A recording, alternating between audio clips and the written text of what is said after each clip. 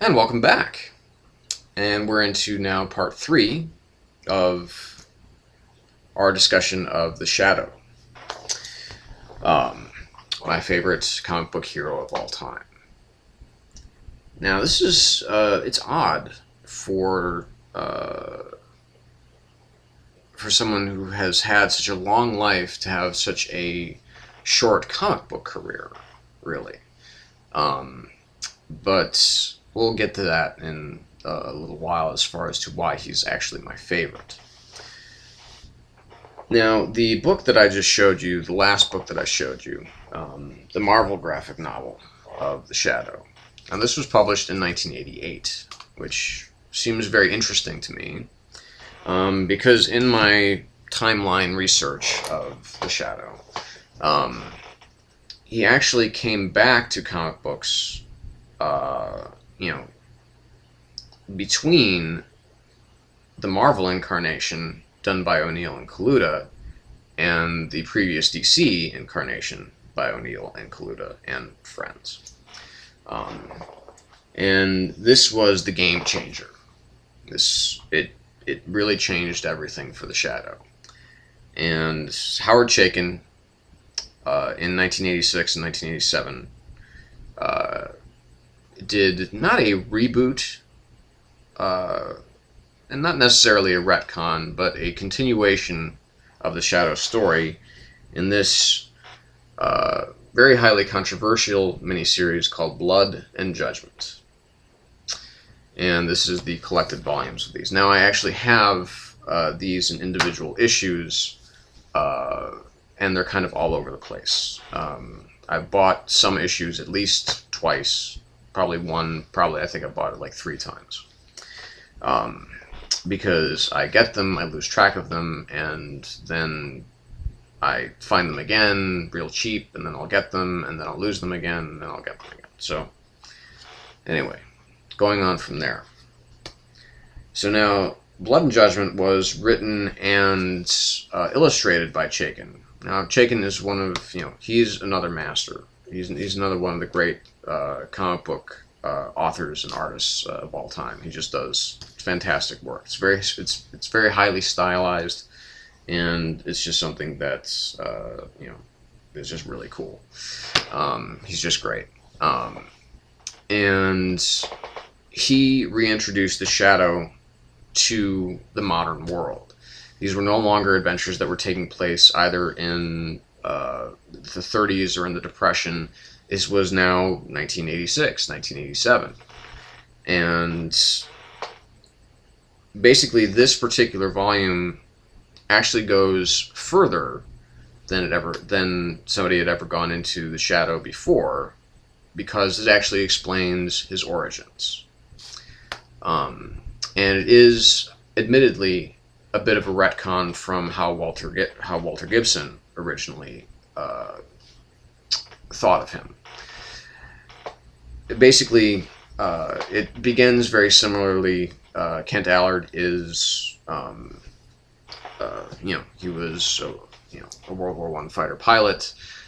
He became a spy and a mercenary, and then and then became kind of money hungry and met up with a very ne'er-do-well Lamont Cranston in Shanghai in 1920, in 1930, I believe. And and Cranston had a job for him, which was to fly him and some coffins, and some girls and other friends of his back to the States. Allard took the job.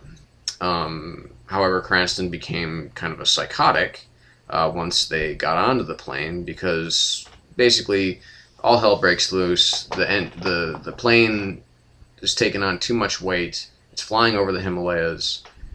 Who knows what the hell is going to happen next?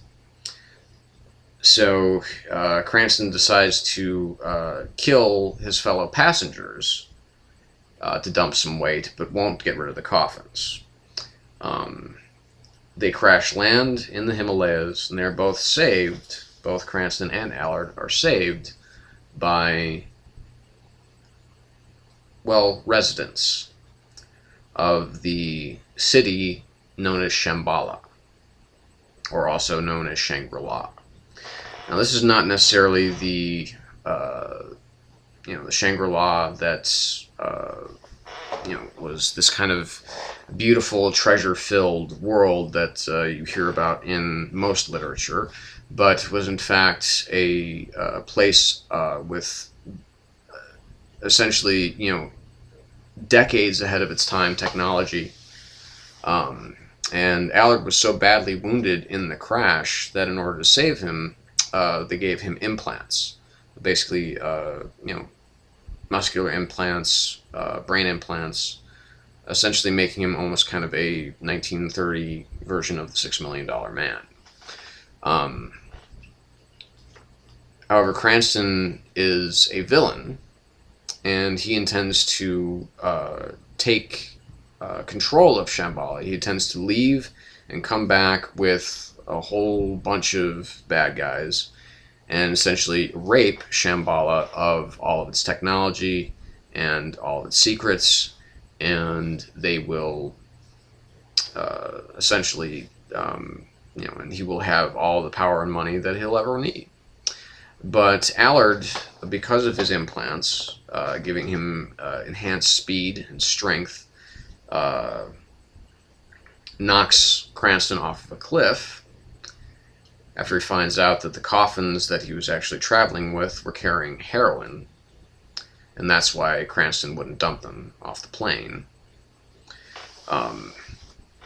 And the Shambhala has their own kind of protectorate force that call themselves paladins. So Allard stayed behind, got some more surgery, got some more implants, and learned to become a paladin of Shambhala. And he would be the first sort of ambassador to the rest of the world. And he returned to New York City as Lamont Cranston. He had completely taken his identity. Well, in Chaykin's version, basically, that's just, that's kind of the tip of the iceberg. But it's the first real explanation of the Shadow's origin, of how Kent Allard came to be both Lamont Cranston and the Shadow. So basically, because of the sexual content, the violence, and bringing Kent Allard, who apparently really hasn't aged a day, into present times where things have just gotten way, way out of control, and he's just, essentially he's been in Shambhala since the 1940s, after he just picked up and left. All of his agents, agents like Harry Vincent, Mo Shrevnitz, or Shrevey as they call him. He was also on the radio show. Harry Vincent was not. Neither was the character of Burbank, who was kind of their communications guy. He was the one who would broadcast all of the orders of the Shadow. And the orders were never to be questioned. The agents of the Shadow were devout. They believed unwaveringly and unquestionably in his cause. And they would do anything that they asked.